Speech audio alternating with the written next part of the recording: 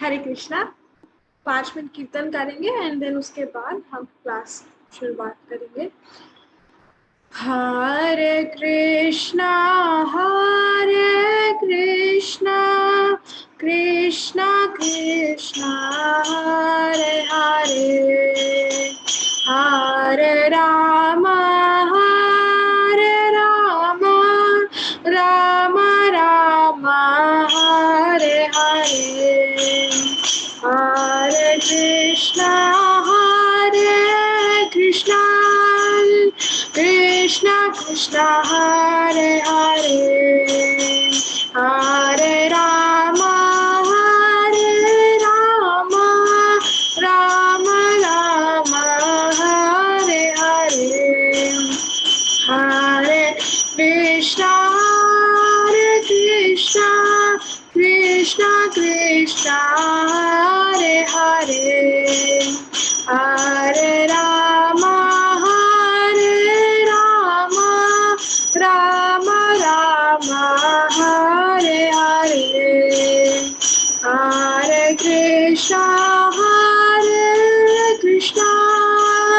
कृष्णा कृष्णा हरे हरे, हरे राम राम राम हरे हरे, हरे कृष्णा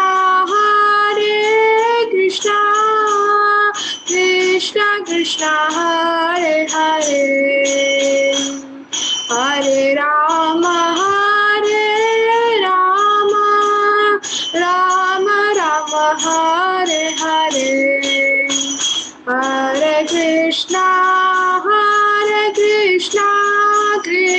कृष्णा हरे हरे, हरे राम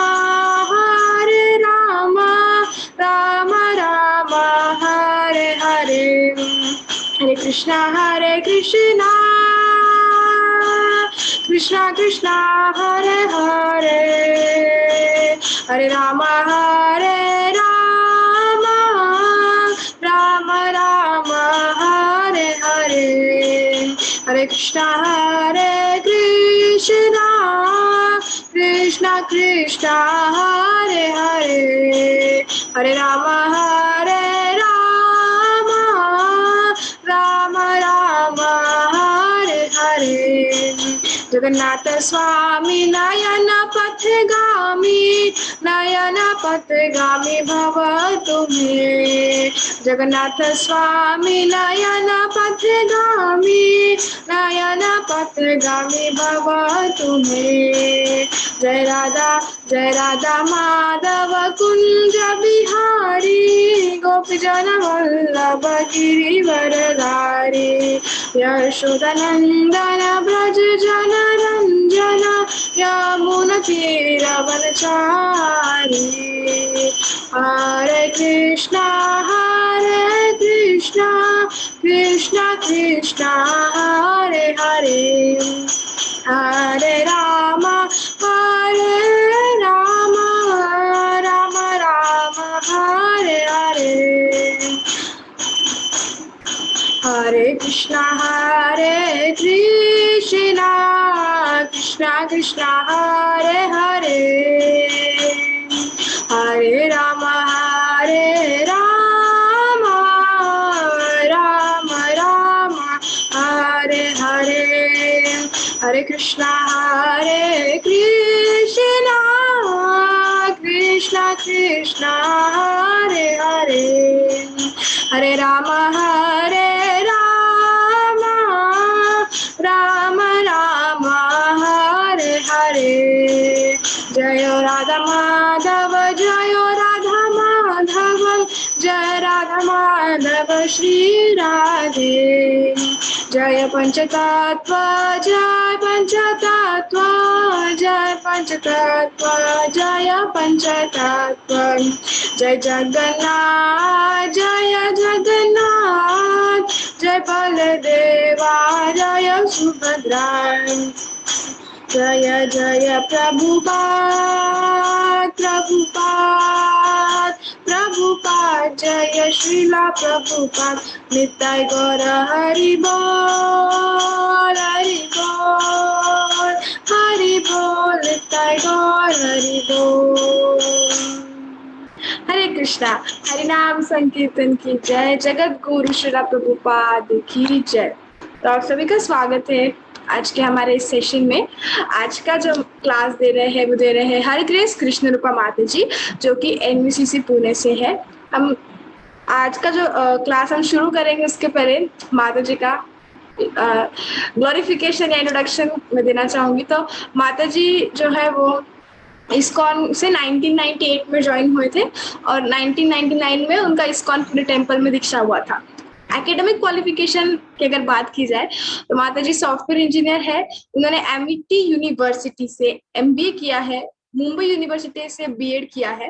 वो Microsoft certified system engineer है, Cisco certified network professional है, जावा सर्टिफाइड प्रोग्रामर है और उन्हें 10 साल का एक्सपीरियंस है IT इंडस्ट्री में और वो दिल्ली पब्लिक स्कूल के टीचर रह चुके हैं। माता जी इसी के साथ साथ stress management, art of positive thinking, time management, personality development के जैसे मोटिवेशनल टॉक्स और लेक्चर्स देते हैं। माता जी छोटे बच्चों के लिए, यूथ और कारपोरेट्स सबके लिए ये क्लासेस देते हैं। और माता जी जो है वो बहुत सारे यंग गर्ल्स को, वुमेन्स को आज प्रीच कर रहे हैं। वो यूथ प्रीचर है। माता जी को 13 इयर्स का एक्सपीरियंस है प्रीचिंग में। माता जी पहले दिल्ली में प्रीचिंग करते थे और अभी वो पुणे में है और भगवान की कृपा से माता जी आज हमारे भी साथ है। तो ये हमारा प्रिविलेज है, सौभाग्य है कि माता जी हमारे साथ आए और जगन्नाथ जी की कृपा है कि ये जय जगन्नाथ सीरीज जो 5 दिन हमारी चल रही है 26 से, उसमें हमें इतने अच्छे डिवोटी का संग मिला है। तो 3 बार हरि बोल बोल के माता जी का हम स्वागत करेंगे। हरि बोल हरि बोल हरि बोल। और ये जो क्लास है ये शार्प 8 बजे खत्म हो जाएगा क्योंकि माता जी का टेम्पल में सेवा होता है। तो कल एक और क्लास रहेगा, तो अगर आपको कोई भी डाउट्स रहे तो आप उनको लिख लीजिएगा, हम उन्हें कल के क्लास में कवर करेंगे। थैंक यू वेरी मच माता जी। Over to you. Hare Krishna. धन्यवाद संस्कृति, आपका उत्साह देखकर बहुत अच्छा लग रहा है। कैसे लग रहा है कि जो आने वाली पीढ़ी है, जो नौजवान पीढ़ी है, इस आंदोलन को आप जैसे लोग ही आगे ले जाएंगे हमारे बाद। So thank you very much. आप सभी भगवान की सखियों का हार्दिक स्वागत है। मैंने सखिया इसलिए कहा क्योंकि आप जो है भगवान से बहुत ही प्रेम करते हो। जो भगवान को बहुत प्रेम करते हैं, सखियां, गोपियां, मंजरियां ही होती है भगवान की। तो आइए आज हम स्टार्ट करते हैं। बहुत अच्छा एक्चुअली एटमॉस्फेयर है। अभी रथ यात्रा का महोत्सव है। तो स्कंद पुराण के उत्कल खंड में एक बहुत ही अच्छा दृष्टांत या कहानी आती है मार्कंडेय ऋषि की। और मार्कंडेय ऋषि ने कैसे ये श्री क्षेत्र धाम को एक्चुअली डिस्कवर किया था प्रलय के वक्त पे। और एक दिन क्या हुआ कि बहुत बड़ा प्रलय आया था, जहाँ पे सब कुछ, जब प्रलय आता है ना, सब कुछ जो है वो नदी समुन्दर में वो सारा समा जाता है। तो ऋषि मार्कंडेय जो है, जो अपनी जो शरीर है वो 7 कल्पों तक बहुत सस्टेन कर पा रहे थे। तो वो जो है उनको कहीं पे भी ना प्रलय की वजह से कोई भी एक ऐसी जमीन नहीं मिल रही थी जहां पे वो विश्राम कर सके। तो वो बहुत चिंतित हो गए और बोले कि अरे मुझे भी शांति कैसे मिलेगी। तो वो है जी, वो पानी के बहाव में से बहते जा रहे। तो इसी बहाव में वो पहुंच गए पुरुषम क्षेत्र। और वहां पे उन्होंने एक अक्षय वट देखा और वहां पे उन्होंने एक छोटे से बच्चे की आवाज सुनी कि मार्कंडेय, चिंता मत करो, तुम मेरे पास आओ, तुम अपनी सारी चिंताएं दूर करो। तो ऋषि मार्कंडेय ने ये सुना और बोला कि ये अजीब सी आवाज कहाँ से आ रही है। बहुत आश्चर्यचकित हो गए और उन्होंने देखा कि यहाँ पे तो कोई बोट भी नहीं है, कुछ भी नहीं है, लेकिन देखा कि ये कुछ क्षेत्र है जो एकदम बोट की तरह दिख रहा है। और एक बहुत सारा बड़ा बरगद का पेड़ है जो एकदम खंबे की तरह खड़ा हुआ है।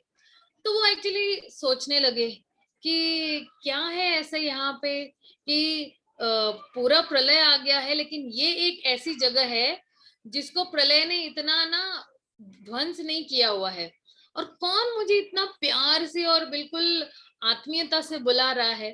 तो वैसे ही वो सोच रहा था और वो वैसे ही तैर रहे थे, तो मार्कंडे ऋषि ने भगवान विष्णु और माता लक्ष्मी को देखा और वो बहुत ही प्रसन्न हो गए और उन्होंने क्या किया, उनको दंडवत प्रणाम किया और उन्होंने बहुत सारे वेदों से अच्छे अच्छे ना प्रशंसनीय शब्द भगवान के प्रशंसा में कहा और भगवान विष्णु बहुत प्रसन्न हो गए और बोले कि मार्कंडेय ऋषि आप बहुत ही चिंतित लग रहे हो, लेकिन आप चिंता मत करो, आपको मेरा जो असली स्वरूप है वो नहीं पता है, लेकिन क्योंकि तुमने आप बहुत ही तपस्या की हुई है और आपने बहुत सालों तक इतनी तपस्या की हुई, तो मैं आपको एक्चुअली रिवॉर्ड देना चाहता हूँ।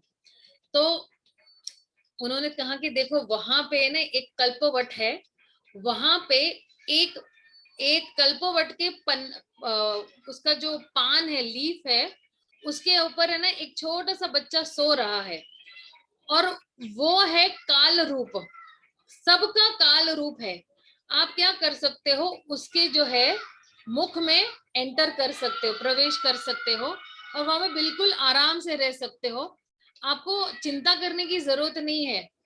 फिर बाद में क्या हुआ कि मार्कंडेय ऋषि ने उस बरगद के पेड़ पर चढ़े, उन्होंने उस छोटे से शिशु शिशु के रूप को देखा और वो एक्चुअली शिशु का रूप एक्चुअली भगवान विष्णु का ही था और उसके मुख से उसके जो क्या बोलते हैं पेट के माध्यम, पेट के अंदर वो उन्होंने प्रवेश कर दिया।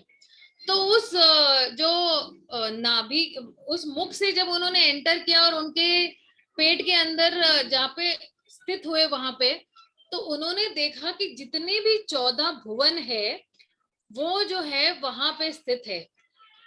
उसको बोलते चतुर्दश भुवन, देवी देवता ऋषि गंधर्व दानव, बहुत सारे तीर्थ, बहुत सारी नदियां, बहुत सारे पहाड़, खलियान, खेत, सब बहुत सारे शहर भी वहां पे बसे होते। तो उन्होंने जो है, उन्होंने ये जो है 7 जो ऊपर के जो क्या बोलते हैं लोक है और नीचे के पाताल लोक भी उन्होंने वहां पे देखा और उन्होंने एक शेष नाग भी देखा जो सारे सृष्टि को अपने बोलते हैं ना सर पे लिए हुए खड़े हुए थे। और उन्होंने देखा ब्रह्मा जी को भी देखा जिन्होंने सृष्टि की रचना की हुई है, लेकिन उनको उस बालक के जो पेट का जो एंडिंग भाग है वो नहीं दिखाई दिया। फिर से उनको एक्चुअली उन्होंने फिर क्या किया, फिर से वो उन बालक के मुख से बाहर आ गए और फिर उन्होंने फिर से भगवान विष्णु को और लक्ष्मी को देखा। फिर बाद में भगवान विष्णु मार्कंडेय ऋषि से कहते हैं कि ये जो अद्भुत जगह है ये मेरी शाश्वत शाश्वत धाम है और इसको ना प्रलय इफेक्ट नहीं कर सकता है। और जितने भी जो 3 गुण है, इन 3 गुणों के अंदर ये मेरा ये जो धाम है ना ये नहीं आता है। जो कोई भी व्यक्ति जो इस धाम में प्रवेश करता है तो वो वापस इस धरा धरती पर जो है वो जन्म नहीं लेता है। फिर मार्कंडेय ऋषि ने भगवान को प्रार्थना की और कहा कि मुझे प्लीज इस जगह में रहने की अनुमति दीजिए, मैं इस जगह में रहना चाहता हूँ और आपका भजन भक्ति करना चाहता हूँ। तो भगवान ने कहा कि आप रह सकते हो यहाँ पे जब तक प्रलय का खत्म नहीं होता है, और प्रलय खत्म होने के बाद मैं एक सनातन तीर्थ का निर्माण करूंगा आपके लिए, जहां पे आप यहाँ पे भगवान शिव की आराधना करोगे जो मेरा ही एक दूसरा स्वरूप है, एंड आप मृत्यु पे मात कर पाओगे। फिर जो है मार्कंडेय ऋषि ने एक बहुत बड़ा गड्ढा खोदा वहां पे और भगवान के चक्र के मदद से, और वहां पे जो है उन्होंने भगवान विष्णु की बहुत आराधना की, भगवान शिव की आराधना की। भगवान शिव की आराधना के बाद उन्होंने मृत्यु पे विजय पाया। इसलिए अगर आप कभी भी श्री क्षेत्र या जगन्नाथपुरी जब जाते हो तो वहां पे एक मार्कंडेश्वर टैंक या हौद आता है। जो कोई भी कहता है कि इस मार्कंडेश्वर हौद में एक बार भी स्नान करता है तो उसको एक अश्वमेघ यज्ञ करने का पुण्य मिलता है। तो ये जो पुरुषोत्तम क्षेत्र है वो 5 कोस यानी 5 कोस समुद्र से फैला हुआ है और 2 कोस समुद्र से फैला हुआ है, और जितनी आसपास की उसकी जगह है वो पूरी जो है ना सोने की रेती और नीले नीले जो पहाड़ है उससे घेरे घेरे हुए हैं। और भगवान शिव जो है यहाँ पे यमेश्वर के रूप में स्वयं विराजमान है। तो इसलिए जो है जो कोई भी यहाँ पे भगवान शिव के दर्शन लेते हैं तो उनको 1 करोड़ शिवलिंग का पूजा करने का लाभ मिल जाता है। तो ये एक्चुअली श्री क्षेत्र जगन्नाथपुरी धाम की बहुत ही महिमा है कि भगवान की बहुत असीम कृपा है कि श्री क्षेत्र धाम जो है इसका जब प्रलय आता है ना, सारे सारे जितने भी है धरती आकर सबका सर्वनाश होता है, लेकिन ये श्री क्षेत्र एक ऐसी जगह है जिसका सर्वनाश कभी नहीं होता है। तो आइए एक और कथा देखते हैं। जैसे ना हमारे भी फ्रेंड्स होते हैं, हमारे भी मित्र होते हैं, तो भगवान के भी मित्र है। तो भगवान को हम है ना 5 रूप में एक्चुअली उनके साथ संबंध जोड़ सकते हैं। एक है दास्य भाव में कि हम भगवान को मालिक समझे और हम भगवान के दास है। वात्सल्य भाव में कि भगवान मेरे बेटे हैं या मेरे पुत्र है। और साख्य भाव में कि भगवान मेरे मित्र है। या शांत भाव में, शांत भाव में मतलब क्या, जैसे गाय है या पेड़ पौधे है तो वो भगवान को अपना ही मानते हैं, तो वो शांत रस में होते हैं। और सबसे उच्च जो रस है भगवान के साथ संबंध बनाने का वो है माधुर्य रस। तो ये 5 रसों में कोई भी आपका जो मूल स्वरूप है उससे आप कनेक्ट हो सकते हो और भगवान के साथ अपना संबंध बना सकते हो। तो उसी 5 रसों में से एक रस जो है वो साख्य रस है। साख्य यानी फ्रेंड वाला रस। तो एक बार है ना एक बहुत महान भक्त था उस भगवान रामचंद्र का, उसका नाम था रघुदास, और वो पुरी में रहता था। एक बहुत बड़े बरगद के पेड़ के नीचे, जहां पे जगन्नाथ मंदिर है ना, वहां पे एक लायन गेट है, उसके बिल्कुल सामने ही रहता था। तो एक दिन है ना वो जगन्नाथ जी को देखने चले गए और वहां पे देखा कि राम लक्ष्मण और सीता जगन्नाथ जी के ऑल्टर पे है, मतलब मंदिर के जो है गर्भगृह में है। और उस दिन से वो बहुत ही मतलब उसको विश्वास हो गया कि भगवान जो जगन्नाथ जी है और भगवान राम में कोई अंतर नहीं है, दोनों एक ही है। इसलिए उन्होंने बहुत अच्छी तरह से भगवान के साथ है ना साख्य रस में अपना संबंध स्थापित किया। एक दिन ये रघु ने ना एक बहुत अच्छा सा भगवान के लिए ना माला गूंथी थी, फूलों की माला गूंथी थी, और उसने पुजारी को दे दी। लेकिन पुजारी जी बोला नहीं नहीं, ये मैं ना भगवान को नहीं अर्पित करूंगा, ये ना इससे जो तुमने जिस धागे से बनाया हुआ है ना, ये ना केले के झाड़ के धागे से बनाया हुआ है, तो ये हम लोग भगवान को अर्पित नहीं कर सकते हैं। तो उस टाइम पे जो है ऐसी चीजें काफी वर्जित थी जगन्नाथ जी के मंदिर में। तो रघु बहुत दुखी हो गया, उदास हो गया कि अरे मैंने इतनी अच्छी माला भगवान जी के लिए बनाई थी। तो वो है ना बहुत उदास होके मंदिर से निकल पड़ा। फिर दिन के दौरान जो है पुजारी जी जितने भी है वहां पे, वो आरती खत्म होने के बाद वो भगवान को जो है वो भगवान को विश्राम करने के लिए अपने अपने ना बड़े श्रृंगार वेश में भगवान को सुलाने जा रहे थे। लेकिन जितना भी वो लोग भगवान को बड़ा वेश यानी बड़ा श्रृंगार वेश यानी क्या, भगवान को बहुत अच्छे अच्छे बड़े बड़े फूलों से सजाते हैं। लेकिन जैसे ही ये लोग भगवान को फूलों से सजाने लगे, सारे फ्लावर्स जो है भगवान के शरीर से नीचे गए थे। तो वो फ्लावर्स जो है या फूल है भगवान के शरीर पे ठहर ही नहीं रहे थे। तो सारे पुजारी बड़े चिंतित हो गए, वो सोचने लगे हमने जरूर कोई अपराध किया हुआ है, क्या हो सकता है। तो फिर उन्होंने क्या किया कि उन्होंने कोशिश की कि हम सोचते कि हम लोग ने क्या अपराध किया है। तो जब ये लोग अगर कोई अपराध करते तो भगवान कुछ स्वीकार नहीं करते हैं, तो वो लोग क्या करते हैं, वो लोग सब लोग भगवान के मंदिर में ही सो जाते हैं और खाना पीना नहीं खाते जब तक भगवान उनके स्वप्नों में नहीं आते हैं और बताते हैं कि उनका गुनाह क्या है या उनका अपराध क्या है। ये लोग एकदम उपवास पे चले जाते हैं, कुछ खाते पीते नहीं है। फिर उसी रात भगवान जो है एक पुजारी के स्वप्न में आते हैं और कहते हैं कि देखो आप लोगों ने क्या अपराध किया है कि मेरा एक बहुत अच्छा भक्त है, उसका नाम है रघुदास, उसने कितनी अच्छी फूलों की माला गूंथ के लाई, इतना अच्छा उसने मेरे लिए प्रिपेयर करके लेके आया और बना के लेके आया, लेकिन आपने सिर्फ उस फूलों की माला का बाह्य स्वरूप देखा, उसका एक्सटर्नल फीचर देखा, आपने ये नहीं देखा कि उसने कितने प्रेम से बनाया हुआ था वो गालन में, वो भगवान की माला बनाई थी मेरे लिए।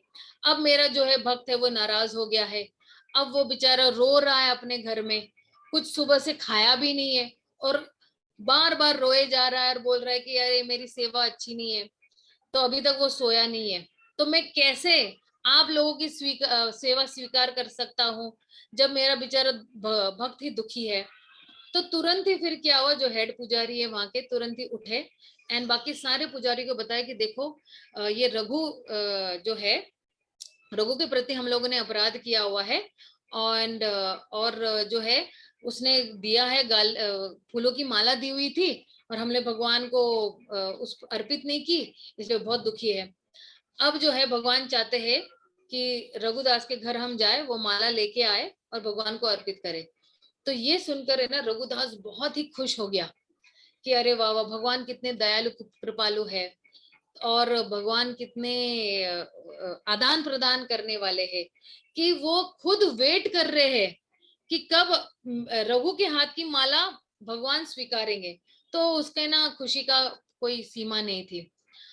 और फिर इसके बाद जो है रघुदास है ना बहुत सालों बाद है ना वो बूढ़ा हो गया, उसकी जो स्वास्थ्य है वो बहुत खराब होने लगा और उसको एक बहुत ही गंभीर बीमारी हो गई, कि इतनी गंभीर बीमारी हो गई कि वो अपने बेड से भी उठ नहीं पा रहा था शौचालय तक जाने के लिए, और फिर बहुत गंदी बदबू आ रही थी, बहुत ना बहुत बीमार भी था, वो अपने आप से कुछ कर भी नहीं पा रहा था। तो एक छोटा सा जो बालक है वो आता है रघु की सेवा करने के लिए, वो उसको साफ करता है, अच्छी तरह से चंदन लगाता है और जितना भी उसका रूम अच्छी तरह से साफ सुथरा रखता है। जब रघु को अपने होश आए और देखा कि वो जो छोटा बालक है वो जगन्नाथ ही है, तो रघु ने जगन्नाथ जी से कहा कि हे भगवान आप क्या कर रहे हो, मैं तो कितना पतित हूँ, मैं तो अपराधी हूँ और आप मेरी सेवा करके मुझे और पाप में डाल रहे हो, आप कितने दयालु कृपालु है, आप तो जगत के नाथ हो, फिर आप ये क्यों ऐसे कर रहे हो, और अगर आप चाहते तो बहुत आसानी से मेरी बीमारी ठीक कर सकते थे, लेकिन आपने मुझे मेरे प्रारब्ध कर्मों से भी नो छुटकारा दे दिया और आप फिर से मुझे जो है अपने वास्तविक स्थिति में स्थित कर रहे हो। तो भगवान बोले कि देखो मैंने बहुत इजीली आपको ठीक कर दिया, लेकिन आपके जो प्रारब्ध कर्म है वो बाकी थे ना, इसलिए जो है वो प्रारब्ध कर्म आप इसी जन्म में भोग लो ताकि आपको नया जन्म नहीं मिल सके। और भगवान ये भी कहते हैं कि मुझे जो आनंद आता है अपनी भक्तों की सेवा करने में, तो ये मैं बयान नहीं कर पा रहा हूँ कि मुझे बहुत आनंद आता है, क्यों मेरे भक्त में और मेरे में कोई अंतर नहीं है, इसलिए जो है मैं अपने भक्तों को अपने जैसा ही मानता हूँ। और इसलिए इस तरह से जो है रघु जो है, भक्त रघु जो है भगवान के साथ बहुत एक घनिष्ठ संबंध में था। और रघु बहुत ही सिंपल इंसान था, उसको बहुत ऐसे छोटा बालक होता है ना, एकदम इनोसेंट होता है, और इसलिए दोनों बहुत इंटीमेट फ्रेंड हो गए। कभी कभी साथ में खेलते भी थे दोनों, गिल्ली डंडा खेलते थे, बैट बॉल खेलते थे, और सब लोग बाद में ना रघु को बहुत रिस्पेक्ट करने लगे, और इसलिए जो रघु है वो वहां पे पूरी में भगवान के मित्र से जानने लगा। उसको बोलते हैं उड़िया लैंग्वेज में उसको बोलते हैं कि कालियाल कालियार दोस्त, मीन्स जगन्नाथ जी का कलर जो है ब्लैक है, तो कालियार दोस्त मीन्स उसका फ्रेंड है, इस तरह से। तो ये बहुत अच्छी एक पास टाइम है कि भगवान भी आपके फ्रेंड बन सकते हैं, भगवान भी हमारे मित्र बन सकते हैं।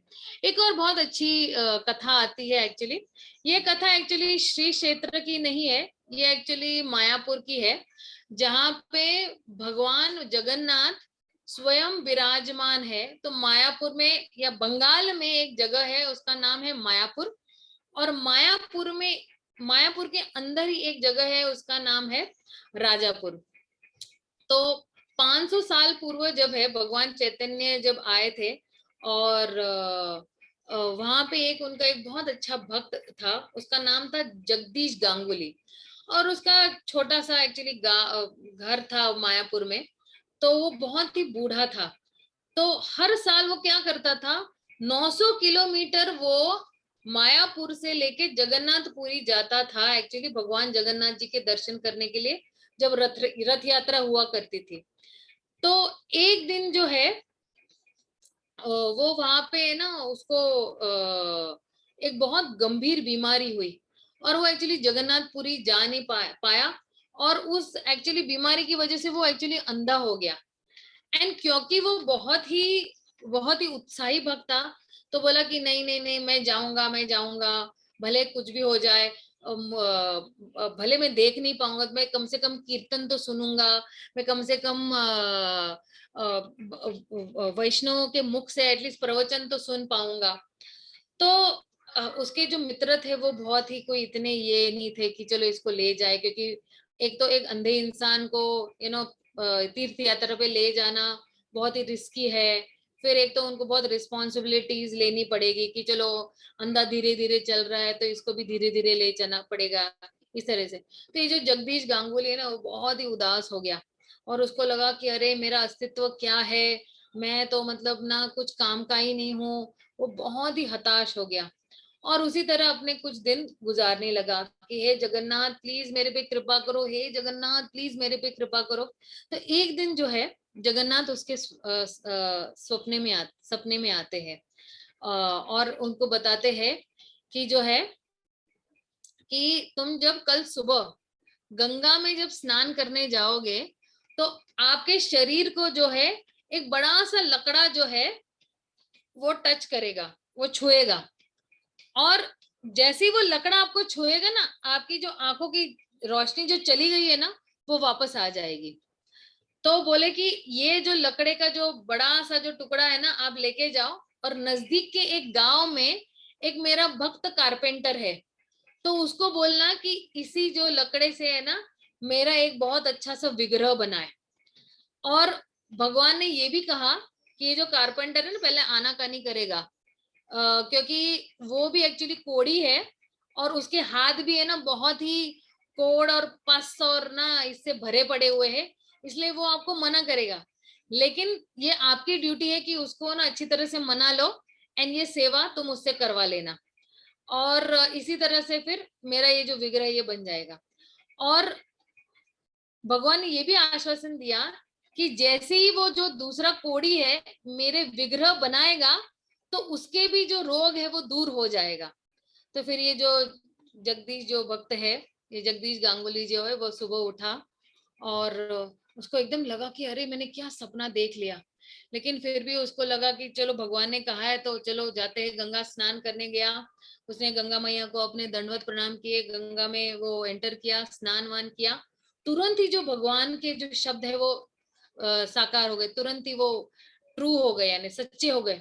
कि तुरंत ही एक बड़ा सा लकड़ा आया, उसके सर को उसको छुआ, तुरंत ही उसकी आंखों की रोशनी आ गई, और तुरंत ही जैसे बोले ना भगवान की जो बोले ना कृपा, तुरंत ही उस लकड़े में आ गई। तुरंत ही वो लकड़ा लेके गया, और फिर उसने जैसे तैसे वो कोढ़ी कारपेंटर को ढूंढा। फिर वो कोढ़ी कारपेंटर बोला नहीं नहीं मैं नहीं करूंगा, मेरे तो बहुत ही देखो मेरी उंगलियां कितनी टेढ़ी है, मैं कैसे इसको बना पाऊंगा। तो ये मनाने लगा, जगदीश गांगुली मनाने लगा रहा उस कारपेंटर को। तो दोनों एक दूसरे को मना रहे, ये ना ना बोल रहा है, ये बोल रहे करो करो करो। फिर लास्ट में है ना वो जो कारपेंटर है, जो कोढ़ी कारपेंटर है, उसने एक्चुअली बोला चलो मैं बना देता हूँ। तो वो जो है जो जगदीश गांगुली है वो वो कोड़ी कारपेंटर के साथ ही रहा। जितने दिन उसने उसको एक्चुअली बनाने में लगा, उसने देखा कि बेचारा वो बहुत ही कष्ट भोग रहा है, खून और पस उसके हाथों से निकल रहे हैं, लेकिन उसको दर्द हो रहा है, फिर भी उसने अपना वो भगवान के ना काम छोड़ा नहीं, भगवान के विग्रह बनाने का काम छोड़ा नहीं। जैसे तैसे वो उसके साथ बातें करता, उसको बातों में उलझा के रखता, भगवान की कथाएं बताते रहता, भगवान के बारे में देता, ताकि उसका माइंड थोड़ा ना डिस्ट्रैक्ट हो जाए, उसका दुख दर्द डिस्ट्रैक्ट हो जाए और वो भगवान के अच्छी तरह से वो विग्रह बना ले। फाइनली क्या हुआ, वो भगवान के विग्रह एक्चुअली बहुत अच्छी तरह से कंप्लीट हुए, बहुत सुंदर विग्रह भगवान का एक्चुअली बन गया, वहां पे जगन्नाथ जी का एक विग्रह बन गया। और आश्चर्य की बात यह है कि वो जो कोड़ी था उसका कोड़ भी बहुत दूर हो गया, और तुरंत ही ये जो है जब जगन्नाथ जी की एक्चुअली विग्रह बन गया, तुरंत ही जो अभी का जो वहां पे राजापुर में ये जो मंदिर स्थित है, वहां पे ये जो जगदीश गांगुली ले गए और भगवान को वहां पे स्थापित ले गए। फिर कुछ दिनों बाद है ना, भगवान वापस इस जगदीश गांगुली के स्वप्नों में आए कि अरे यहाँ तो मैं अकेला हूँ, मुझे कोई कंपनी नहीं है, मेरे भाई बहन भी नहीं है, मैं किससे बात करूं, मैं अकेला हूँ, तुम तो सो जाते हो, फिर मैं किसके साथ बातें करूंगा। तो बोले कि एक है ना नजदीक के इधर है ना, एक नीम का पेड़ है, नीम के पेड़ से है ना तुम सुभद्रा और बलदेव का है ना वो भी विग्रह बना लो। तो फिर वो जो कारपेंटर था वो वापस उसको जो है उसको बुलाया, और फिर बलदेव जी और बलराम और सुभद्रा का भी एक्चुअली जो है वो विग्रह एक्चुअली स्थापित किया। एंड अभी जो भी है वहां पे वो बहुत अच्छी तरह से पूजा कर रहे थे, वो भगवान की पूजा और आराधना कर रहे थे। फिर एक दिन जो है ये जगदीश जो है इस धरती को छोड़ के भगवान के धाम चला गया, लेकिन फिर ये जितने भी विग्रह थे जगन्नाथ बलदेव और सुभद्रा, इनकी पूजा सही से नहीं हो रही थी, और बाकी सब लोग भूल गए कि इसको है ना पूजा अर्चना करनी है। तो पूरा टेम्पल जो है वो खंडर बन गया, उसके आस पड़ोस भी जितना भी है वो सारी मिट्टी मिट्टी पेड़ पौधे एकदम आ गए। फिर कुछ बोले ना कि कुछ सेंचुरीज के बाद जो है एक गांव वाले ने देखा कि अरे यहाँ पे एक बहुत ही अनोखा नीला कलर का फूल यहाँ पे इस दीमक के पहाड़ पे है, तो क्या हो सकता है।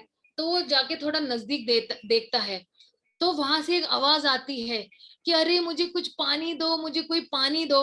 तो तुरंत ही ना उसको खोदने लगता है, देखने लगता है कि ये आवाज कहाँ से आ रही है। और फिर बहुत आश्चर्यचकित हो गया, तो उसने देखा कि अरे यहाँ पे तो जगन्नाथ बलदेव और सुभद्रा की विग्रह है।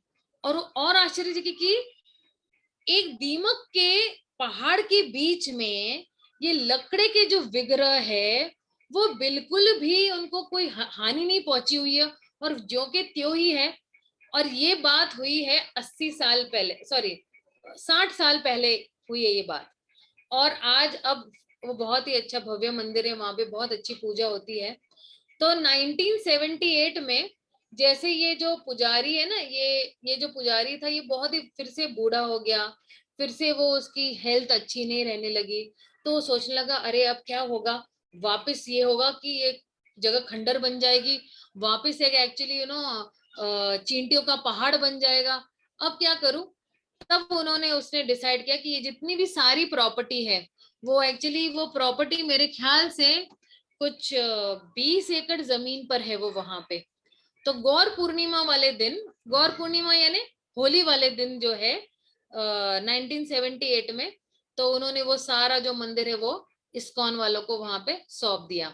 तो जो है जो जो श्री क्षेत्र है या जगन्नाथपुरी जो है ये बहुत ही पवित्र तीर्थ स्थल है, और जो भी भगवान भगवान जगन्नाथ जी के वहां पे दर्शन करता है तो उसको जो है वो वही लाभ मिलता है जो वो नवदीप मंडल करने का उतना ही उसको लाभ मिल जाता है। तो अगर आपको किसी को भी एक्चुअली मौका मिलता है तो आप ये श्री क्षेत्र यानी जगन्नाथपुरी धाम या मायापुर धाम दोनों के दर्शन कर सकते हो। चाहे तो हम लोग एक ट्रिप भी निकाल सकते हैं क्योंकि मैं तो ऑलमोस्ट दिल्ली में 13 साल रही थी, तो मैं 13 साल कंटिन्यूसली वहां पे जाके 7-8 डेज नवदीप मंडल परिक्रमा की हुई है। तो वहां पे जैसे बोले ना, गली गली चप्पा चप्पा कोना कोना मुझे पता है वहां का, क्योंकि हम अकेले नहीं जाते थे, हमारे साथ एक्चुअली विश्व के कम से कम 50,000 से भी ज्यादा भक्त हुआ करते थे। उसमें सन्यासी भी हुआ करते हैं, प्रभुपाद के शिष्य भी हुआ करते थे। तो ये हमारा एक्चुअली सौभाग्य है, गुरु की कृपा से ये सौभाग्य प्राप्त हुआ था कि हम श्री क्षेत्र जगन्नाथपुरी धाम और मायापुर धाम की एक्चुअली परिक्रमा कर पाए। तो आइए एक और हम लोग कथा देखते हैं, जहाँ पे जो है भगवान जो है, भगवान के एक क्या बोलते हैं कि उनके जो एक मंदिर का जो है इम्पोर्टेंस क्या है, हम जान लेते हैं, ठीक है ना। तो जगन्नाथ मंदिर में बैसी पाछा है एक्चुअली। बैसी पाछा जो है वो एक्चुअली जगन्नाथ जी का जो लायन गेट का जो गेट है ना, और सेकेंड गेट, उसको एक्चुअली कनेक्ट करता है। और ये जो है बहुत ही एक्चुअली वहां का इम्पोर्टेंट गेट है। और उसका जो exact time of construction actually कुछ इतना पुराणिक में मैंने सुना नहीं है, लेकिन कहते हैं कि ये एक राजा थे, उसका नाम था भानुदेव, उन्होंने एक्चुअली ये बनाया हुआ था। तो तो क्या है, जब हम लायन गेट से हम लोग आगे जाते हैं तो इनके ना सीढ़ियों तक एक्चुअली करना होता है, और सेकेंड गेट से जो एक आंगन आता है, वहां पे ये मेन गेट पे एक्चुअली ये 70 फीट की हाइट पे है, और उसकी चौड़ाई मेरे ख्याल से 6 या 8 फीट होगी वैसे। तो ये जो पत्थर है, इसका नाम है यमशिला। और ये यमशिला जो है वो गूंथा गया है 3 ऐसे स्टेप्स में। और जो कोई भी जो है इन स्टेप्स को पार करता है तो कहता है कि इसको यमराज से कभी पनिशमेंट नहीं मिलेगा। और एक्चुअली ये खास बात है इस एक्चुअली यमशिला की, आपको यमराज से कभी पनिशमेंट नहीं मिलेगा, कितना भी आपने घोर पाप या कुछ भी किया हुआ हो। तो और बहुत सारी है ना धार्मिक बोलते हैं ना कार्य इन 3 स्टेप्स पे एक्चुअली किए जाते हैं। तो जब भी हम लोग जब रथ यात्रा के दौरान जो है, जब रथ यात्रा होती है, तो बहुत सारे देवी देवता है, और जितने भी आपके पितृ पक्ष है या चित्रगुप्त है या यमदूत है, ये क्या करते हैं, ये आते हैं इन स्टेप्स पे और जगन्नाथ जी का स्वयं दर्शन लेते हैं। इसलिए फिर जो है जो हमारे जितने भी पूर्वज है, तो उनको भी एक्चुअली गति मिल जाती है, जो कोई भी ये स्टेप्स पे एक्चुअली कोई भी अच्छा कार्य करते हैं या भगवान का एक्चुअली दर्शन लेते हैं। तो मदन मोहन नाम का एक एक्चुअली बहुत भगवान का एक भक्त है। वो क्या करता है, वो पिंडदान एक्चुअली इन जिन 3 स्टेप्स को हिंदी में क्या बोलते हैं, 3 सीढ़ियों पे एक्चुअली वो देता है। तो नंद यशोदा वसुदेव देवकी जो है वो चतुर्दशी की तिथि पे वहां पे आते हैं, और वहां पे पिंडदान देते हैं। और पिंडदान किसको देते हैं, इंद्रदुम्न महाराज को भी देते हैं, उन गुंडीचा को भी देते हैं। क्योंकि इंद्रदुम्न और जो गुंडीचा है, उनको एक्चुअली बच्चा नहीं था, इसलिए फिर वो उनकी ओर से उनको पिंडदान देते हैं। और एक दिन जो है, दीपावली वाले दिन जो है, वहां पे जो है वो लोग क्या करते हैं, एक बहुत बड़ा जैसे लकड़ियों का एक बंडल होते हैं, और वो जो है वहां पे बांधते हैं और वहां पे भगवान को दिखाते हैं, ताकि फिर जो है आपके पूर्वजों को एक्चुअली काफी अच्छी बोलते गति मिल जाती है। तो ये ये एक्चुअली वहां का एक्चुअली थोड़ा बहुत इम्पोर्टेंस है। तो एक और बहुत अच्छी कहानी मुझे याद आ रही है कि एक भगवान का एक बहुत अच्छा भक्त होता है, क्या नाम है उसका, हम्म, हम्म, भील ट्राइब का है, याद नहीं आ रहा उसका नाम मुझे अभी। हम्म, हाँ विश्वासु, उसका नाम है विश्वासु, ठीक है। तो पुराण में एक्चुअली ये कथा आती है कि जो है भगवान जो है देखते नहीं है कि कौन बड़ा है कौन छोटा है। तो ये जो है जो भील की है, भील लोगों को है ना एक मौका मिला, ये नीलगिरी जो है पहाड़ जहाँ पे भगवान पुरुषोत्तम का विग्रह है, तो वहां पे है ना रत्नग्रीवा जो है राजा है कांची के, तो उनको बहुत इच्छा थी कि मैं बहुत तीर्थ यात्राओं पे जाऊं, मैं सीक्रेट प्लेसेस पे जाऊं। तो एक दिन उन्होंने एक ब्राह्मण को देखा और अ,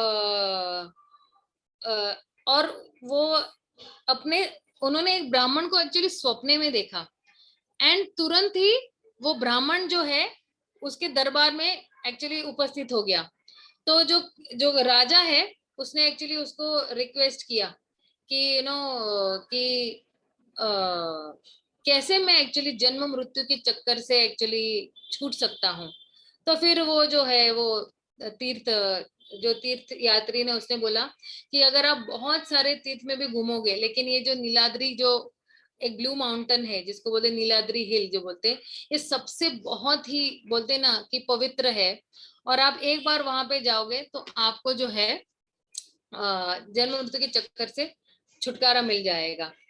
तो वहां पे लेकिन एक जो है एक भील बोलते हैं ना कि क्या बोलते अ, बाण लेके एक एक्चुअली भील वाला है, लेकिन ये भील वाला जो है उसको है ना 4 हाथ है, और ये जो 4 हाथ वाला जो भील है वो जो है वो एक्चुअली आपको हेल्प कर पाएगा। तो फिर जो है जो राजा जो है वो एक्चुअली वो जाता है, वो देखता है कि अरे वाह एग्जैक्टली वैसे ही है। और ये जो भील जो है ना वो लोग सिर्फ फूल पत्ती फल पर जीते हैं। तो उसमें से एक जो भील है वो क्या कर रहा है, वो बेर तोड़ रहा है और उस पहाड़ पे चढ़ रहा है। तो और देख रहा है कि अरे ये पहाड़ पे भी चढ़ रहा है, इस मंदिर पे भी चढ़ रहा है, और ये जो मंदिर था वो एक्चुअली जो नीलाद्री हिल जिसको बोलते ब्लू माउंटेन उसको बोलते हैं, ये जो था ये पूरे सोने से बना हुआ था और बहुत सारे रत्न जड़े हुए थे। तो ये जो जो छोटा बालक है वो है ना चढ़ जाता है, देखता है कि अरे ये इतना बड़ा सा सोने का माउंटेन है और यहाँ पे रत्न भी जड़े हुए हैं, क्या है अंदर, लाओ जरा जाके देखूं मैं। तो ये जो बालक है वो एंटर करता है, देखता है भगवान पुरुषोत्तम है वहां पे, और देखता है कि बहुत सारे देवी देवता है, गा रहे हैं, कोई डांस कर रहे हैं, कोई हंस रहे हैं। तो वो देख रहा है कि अरे सब लोग भगवान को कुछ ना कुछ अर्पित कर रहे हैं, और फिर सारे देवी देवता निकल जाते हैं। तो छोटा बच्चा है वो बोलता है कि अरे क्या पे कुछ तो दाने गिरे हुए हैं जमीन पे, लाओ मैं देखता हूँ क्या है। तो उसने एक्चुअली वो भगवान का प्रसाद खाया, जैसे ही उसने वो प्रसाद खाया तो उसको भगवान पुरुषोत्तम के दर्शन हो जाते हैं, और तुरंत ही जो है वो देखता है कि उसके पास 2 हाथ नहीं है, अब उसके पास क्या है, उसके पास 4 हाथ है, और फिर वो भगवान के धाम तुरंत चला जाता है। तो इस एक्चुअली कहानी से क्या सीख मिलती है कि जब हम भगवान का प्रसाद, एक्चुअली भगवान के वहां का प्रसाद का महत्व बताया हुआ है कि जितना भी हम भगवान का प्रसाद खाते हैं तो एक्चुअली जो है हमें एक्चुअली वैकुंठ की गति मिलती है। जो व्यक्ति प्रसाद नहीं खाता या भगवान को अर्पण करके कुछ भी नहीं खाता है, तो भगवान भगवत गीता में कहते हैं वो केवल पाप ही खा रहा है। तो आज अगर हमारे घर में चावल आ रहा है, आटा आ रहा है, सब्जियां आ रही है, अगर हम अपनी थाली में सब्जी रोटी दाल चावल अगर लेते हैं, लेकिन अगर भगवान को पहले अर्पित करके उनको प्रसाद के रूप में नहीं खा रहे, तो हम लोग एक्चुअली पाप ही खा रहे हैं। और जो व्यक्ति पाप खा रहा है तो फिर उसको जन्म मृत्यु के चक्कर में बार बार घूमना पड़ता है। तो इस वजह से जो है जो कहते हैं कि हमें भगवान को भोग लगाना चाहिए। और एक और बात है इसमें, एक्चुअली कहते हैं कि भगवान की जब हम लीलाएं सुनते हैं तो लीला के साथ कुछ तत्व भी होते हैं। लीला के साथ सिर्फ लीला ही नहीं होती है, लीला के साथ तत्व भी होते हैं। जैसे फॉर एग्जाम्पल भगवान, अगर हम भगवान कहते हैं कि मेरे जन्म, वो क्या श्लोक है भगवत गीता का,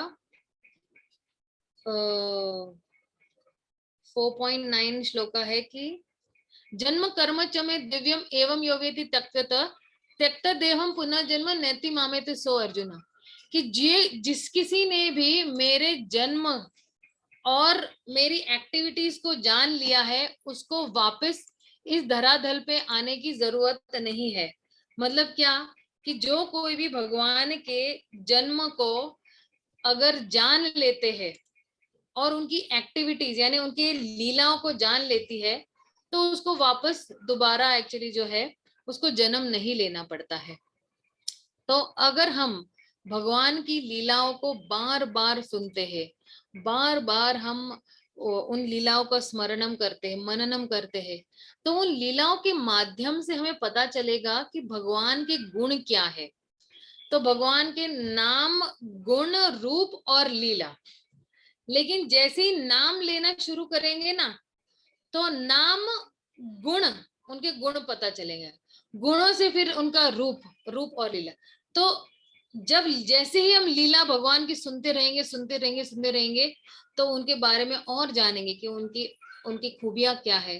जैसे फॉर एग्जाम्पल मान लो, जैसे हम लोग अभी प्राइम मिनिस्टर नरेंद्र मोदी जी के बारे में सुन रहे हैं ना। नरेंद्र मोदी जी को तो पर्सनली जाके नहीं देखा है, लेकिन उनके बारे में सुन रहे कि अच्छा उन्होंने ऐसा किया, उन्होंने वैसे किया, तो हमारा एक सम्मान बढ़ जाता है उनके प्रति कि अरे हाँ, बहुत महान व्यक्ति है, बहुत अच्छा है, सबका भलाई चाह रहे हैं, देश का बहुत भला चाह रहे हैं। तो उसी तरह जो है, जब हम जैसे ही भगवान के बारे में जितना हम सुनते रहेंगे, जितना हम उनके गुणगान करते रहेंगे, उनकी लीलाओं के बारे में सुनेंगे, तो हमारा उनके प्रति जो आकर्षण है वो बढ़ते जाएगा, हमारा उनके प्रति जो प्रेम है वो बढ़ता जाएगा। जितना हम उनका नाम भी लेंगे तो हम उतने उतने ही नजदीक और करीब आते जाएंगे।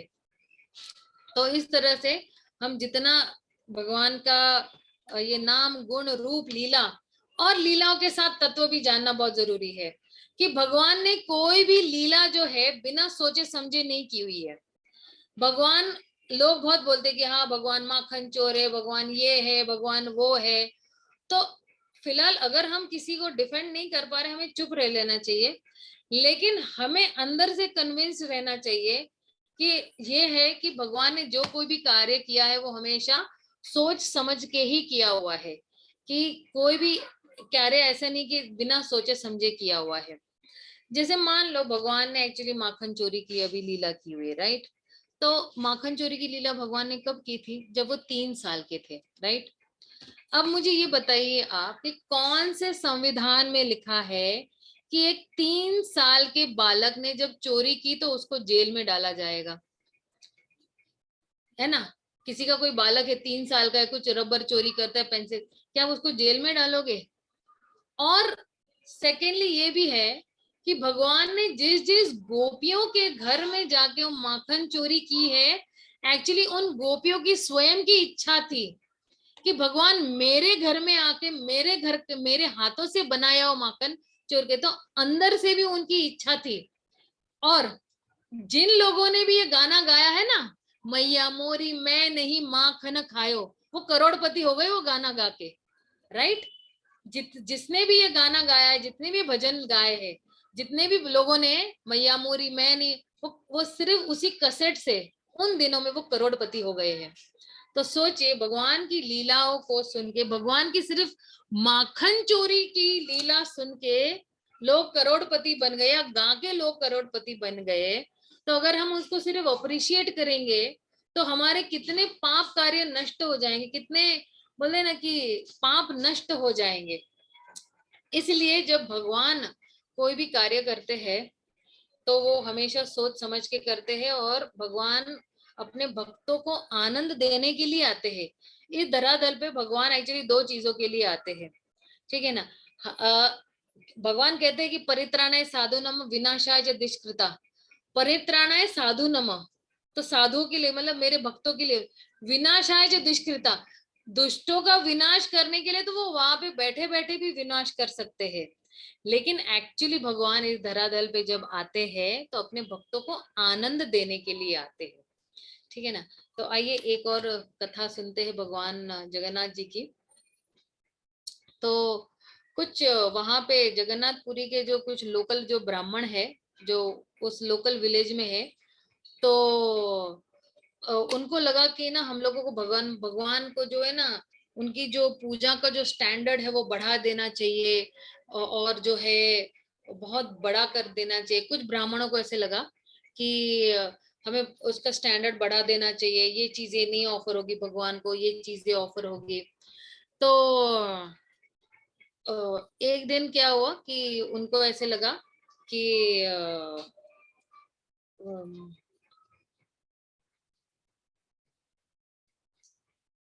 एक सेकेंड ना, आई एम जस्ट गेटिंग, बहुत सारी लीला है ना अभी, तो जरा थोड़ा कंफ्यूज्ड हो गया कि कौन सी वो लीला है।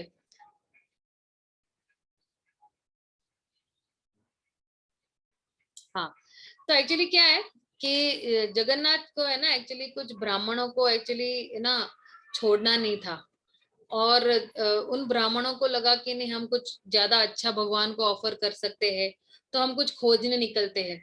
तो फिर वो खोजने निकले, लेकिन उनको है ना नेचर्स कॉल आ गया। तो एक दिन उन्होंने क्या किया कि वो बोले कि हम लोग ना क्या करेंगे, भगवान को इस मंदिर से, इस जगन्नाथपुरी के मंदिर से निकाल के किसी और अच्छी जगह में रखेंगे, और ना उनकी बहुत भव्यशाली हम लोग ना, बहुत आलीशान उनकी पूजा अर्चना करेंगे। तो वो लोग ने क्या किया, भगवान जगन्नाथ जी को ले गए। तो खेतों खलियानों से ले जा रहे थे। तो खेतों खलियानों से जब ले जा रहे थे भगवान जगन्नाथ जी को, तो उनको ना, उनको क्या बोले, वॉशरूम आ गई है, नो नेचर्स कॉल आ गया। तो उन्होंने क्या किया, जगन्नाथ जी को नीचे रख दिया, और वो अपना नेचर कॉल आंसर करने के लिए चले।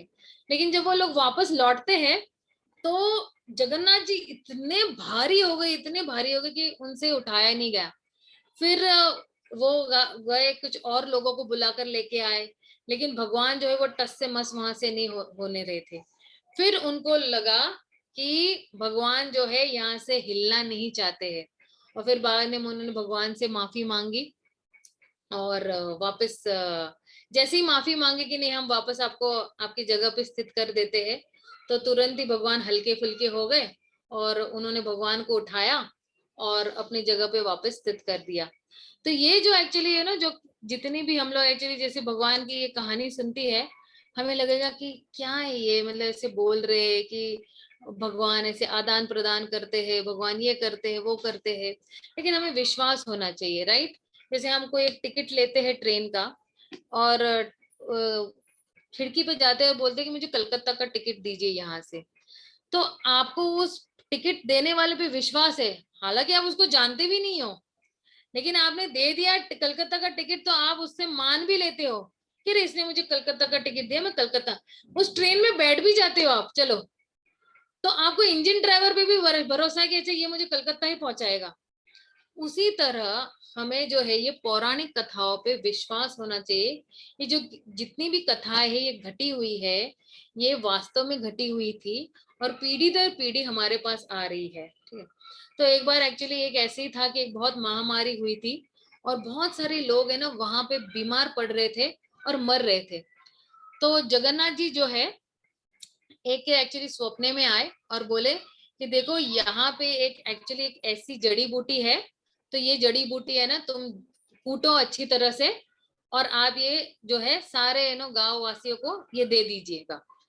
तो फिर उन्होंने वो जो गांव वासी हैं, उन्होंने वो सारे जितने भी है वो चीजें इकट्ठा की, उससे एक्चुअली दवाई बनाई। और एक ऐसा जो थी उस दवाई में, जो उसमें एक ऐसा पदार्थ था, वो एक्चुअली उस एरिया में वो नहीं आ रहा था। तो फिर सोच रहे कि अरे ये इसके बगैर वो दवाई कंप्लीट नहीं होगी, वो एक पदार्थ के बगैर वो दवाई कंप्लीट नहीं होगी, क्या होगा फिर। तो एक छोटा सा बालक आता है, और एक बहुत बड़ी टहनी लेके आता है अपने साथ, बोलते कि ये जो है, उसने पुजारी की बीवी को दे दिया, बोले कि ये ना एक्चुअली ये दवाई के लिए वो लोग ढूंढ रहे हैं, मैं तुम्हारे हस्बैंड के लिए लेके आया हूँ, लेकिन वो है नहीं, इसलिए मैं आपको दे रहा हूँ। तो जब पुजारी लौटते हैं तो देखा कि अरे ये इतनी बड़ा जो टहनी है, तो ये कहाँ से आया। तो ये तो जस्ट मुझे यही वो चीज चाहिए थी जो हमारे मेडिसिन में डालनी थी बनाने के लिए। किसने लाया ये? तो पुजारी की वाइफ ने बोला कि बहुत ही सुंदर सा बालक आया था, एंड मुझे नहीं लग रहा कि वो इस गांव से था, और मैंने पहले भी इसको कहीं देखा नहीं था, तो वो लेके आया था। तो उन्होंने फिर वो मेडिसिन बनाई, और जो है सारे गांव वासियों को दे दिया। तो सभी लोग जो है वहां पे वो बहुत मतलब उस महाबीमारी से क्योर हो गए। लेकिन उस गांव में जो है मुसलमान भी रहते हैं, आपको पता है, श्री क्षेत्र गांव में। तो जगन्नाथ जी ने एक्चुअली सिर्फ हिंदुओं के नहीं, इवन मुसलमानों का भी रिस्पेक्ट एक्चुअली ना ये किया कि अच्छा मुसलमान भी वहां पे क्योर हो गए। तो इस तरह से जो है भगवान जो है वहां पे लगातार पुजारियों के स्वप्न में आके उनको गाइड करते हैं, उनको मार्गदर्शन देते हैं, और अगर कुछ गलत हुआ है तो उनको बताते रहते हैं। तो वहां के लोग एक्चुअली वो है पांडा लोग, तो उनसे बहुत घनिष्ठ रिलेशन है उन जगन्नाथ जी का। तो इसलिए जो है हम आज इस कथाओं को विराम देंगे। मेरे पास ऑलमोस्ट ऑलमोस्ट 20-25 कथाएं हैं, लेकिन बैक टू बैक याद कर करके बोलना is little difficult. So tomorrow जो है I will be concluding the pass times of Lord Jagannath definitely. तो किसी को कोई प्रश्न है या कुछ शंकाएं है तो हम कल सॉल्व करेंगे। कल थोड़ा और मैं फिलोसफी वाला भी क्लास दूंगी, थोड़ा इंपॉर्टेंस वाला भी क्लास दूंगी। Maybe half an hour we can extend the class tomorrow also. ठीक है, हरे कृष्णा। संस्कृति, हरे आई कृष्णा, टेक। दंडवत प्रणाम। थैंक यू वेरी मच माता जी फॉर द अमेजिंग सेशन। बहुत बहुत धन्यवाद, आपने इतनी सारी लीलाएं बताई एक साथ, जो कि पॉसिबल नहीं होता है, बट माता जी ने इतने अच्छे से उनको एक साथ, ऐसे कहते हैं ना, जैसे एक धागे में मोती होते हैं, उस तरह से माता जी ने एक घंटे के सेशन में जगन्नाथ जी के लीलाओं के मोती ऐसे डाल दिए हैं। अभी कल ये जो हमारी माला है पूरी होने वाली है, तो कल भी माता जी लेक्चर हमें देंगे। तो ये 2-3 अनाउंसमेंट है। पहला, ये गूगल फीडबैक फॉर्म भर दीजिए। दूसरा, कल same timing same zoom link पे अपना क्लास रहेगा, माता जी देंगे। और परसों भी same time same zoom link के ऊपर हिज ग्रेस आनंद बलराम प्रभु जी, जो वॉइस जो है युद्ध के लिए जो वॉइस रहता है उसके वो है, मतलब उनका इंट्रोडक्शन बाद में करूंगी, तो वो लेक्चर देने वाले हैं। तो आप लोगों को उस दिन भी आना है, और ये क्लासेस ओपन टू ऑल है, तो आप सबके साथ शेयर कर सकते हैं। अभी हम क्विज लेंगे जैसे कि हमने कल ली थी। आज ज्यादा लोग नहीं है, कोई बात नहीं, बट मैं भी इसको आपके साथ शेयर करती हूँ। कल की जैसे लिंक है, आप लोगों को जाना है www.kahoot.it इस वेबसाइट के ऊपर, और वहां पे जाके मैं आपको जो पिन कोड यहाँ से प्रोवाइड करूंगी, उस पिन कोड को आपको वहां पे डाल के इस गेम के अंदर आप आ सकते हैं।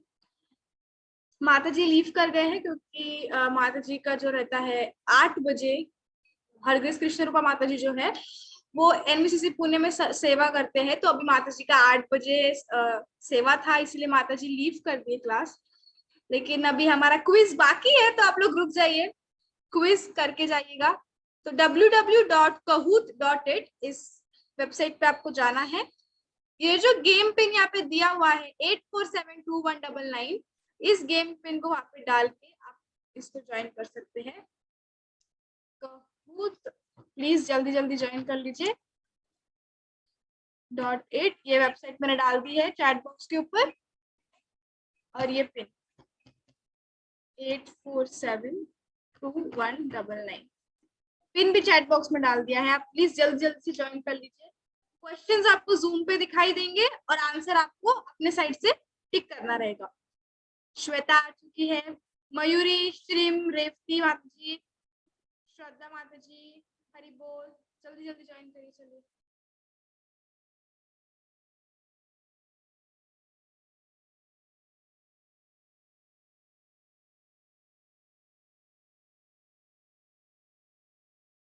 हरि बोल।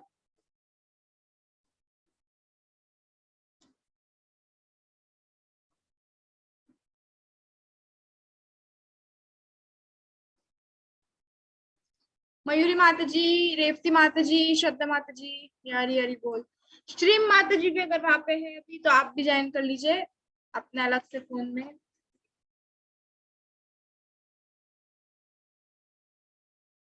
श्रद्धा माता जी आपने कल भी नहीं ज्वाइन किया था, आप भी जल्दी से ज्वाइन कर लीजिए। शायद हरी बोल मयूरी।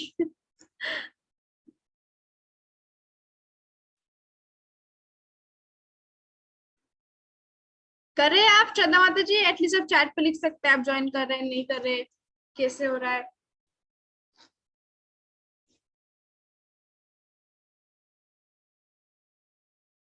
जो चैट दिख नहीं रही क्या आप लोगों को?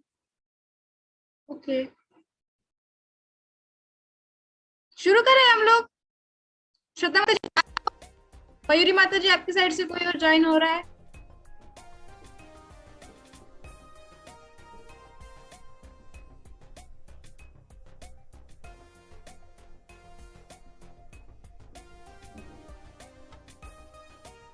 हरे कृष्णा, रेवती माता जी आप प्लीज क्यों कर गए, प्लीज ज्वाइन कर लीजिए वापस।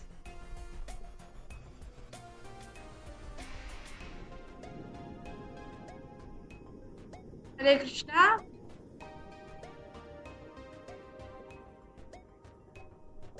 ओपन नहीं हो रही पर आप ज्वाइन हो गए मयूरी माता जी, आप लिंक पे आ गए हैं, यहाँ पे गेम में आ गए हैं आप, देखिए दिख रहे हैं आप सामने, आप हो चुके हैं ज्वाइन।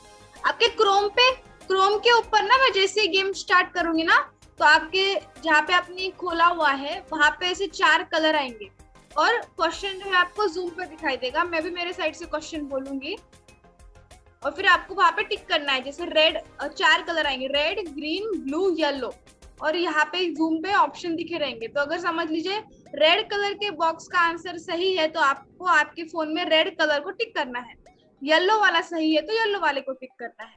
ओके ओके, चलिए रेवती मयूरी और श्वेता माता जी के साथ हम ये गेम को शुरू करते हैं। जितने ज्यादा लोग होते उतना मजा आता है, but it's totally fine. Let's start. Past times of Jagannath. 3, 2, 1, go.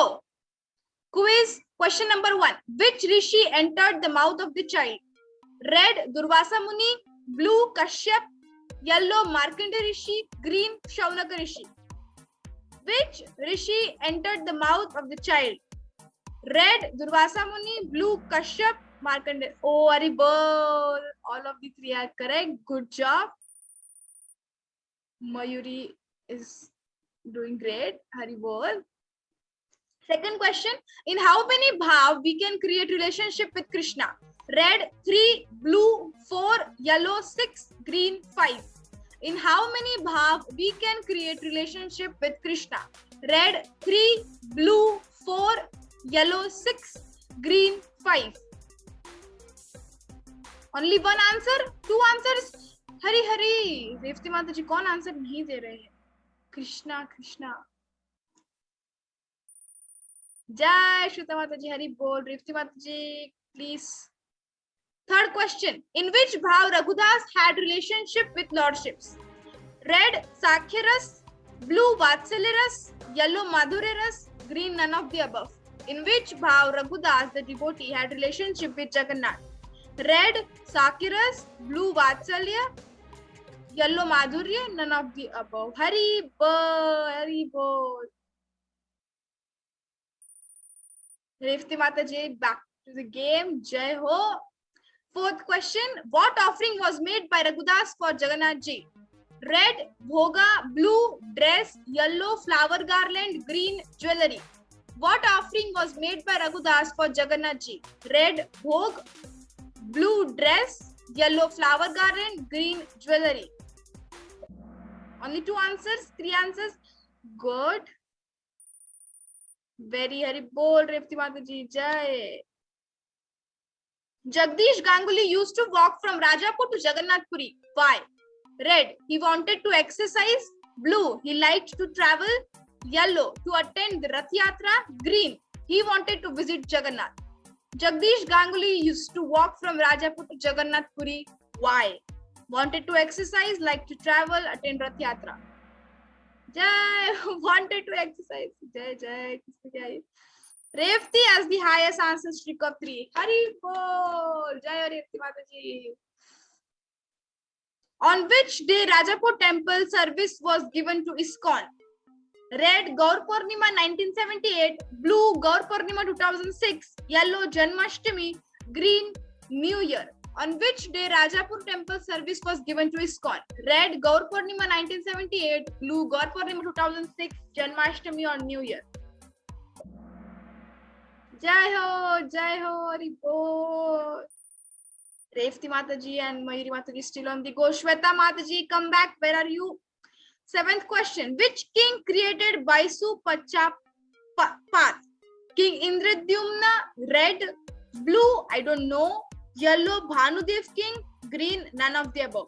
Which king created the Baisu Pacha path? King Indradyumna, red, blue, I don't know, yellow, Bhanudev king, none of the above. Shweta Mataji, Hari bol. Bhanudev king is the right answer. Come back to the game. Jai Revati Mataji, Jai Mayuri Mataji. Last question. If one understands the activities and birth of Krishna in truth, what happens? Red, one must come back to this world. Blue, one will go back to Godhead or Vaikuntha. Yellow, one must not come back to this material world. Green, option B and C. Hindi में option red कि हमें इस दुनिया में वापस आना पड़ेगा. Blue, हम वापस वैकुंठ चले जाएंगे. येलो, हम इस मॉडल वर्ल्ड में वापस नहीं आएंगे. Option B and C. जय, only one answer. Who was this person? I am very sure Revathi माताजी डिड दैट. श्वेता माताजी थर्ड प्लेस. जय. मयूरी माताजी सेकंड प्लेस. जय हो. And Revati Mataji on the first place. Hari bol, Revati Mataji. Great job. Podium is amazing. Very good. Thank you very much. Chat box में क्या दिया है? Question repeat. Oh, I'm so sorry. सिर्फ 20 seconds का ही रहता है ना, इसलिए वो जल्दी से खत्म हो गया. तो हरी बोल, थैंक यू वेरी मच आज का सेशन ज्वाइन करने के लिए. कल सेम टाइमिंग पे हमारा क्लास रहेगा और आप लोग रेगुलरली आएंगे तो आपको भी मजा आएगा. और एक और अनाउंसमेंट है. 16th and 17th of जुलाई को कैंप कर रहे हैं. IGF जलगांव का पहला कैंप है, परिवर्तन कैंप. तो अगर आप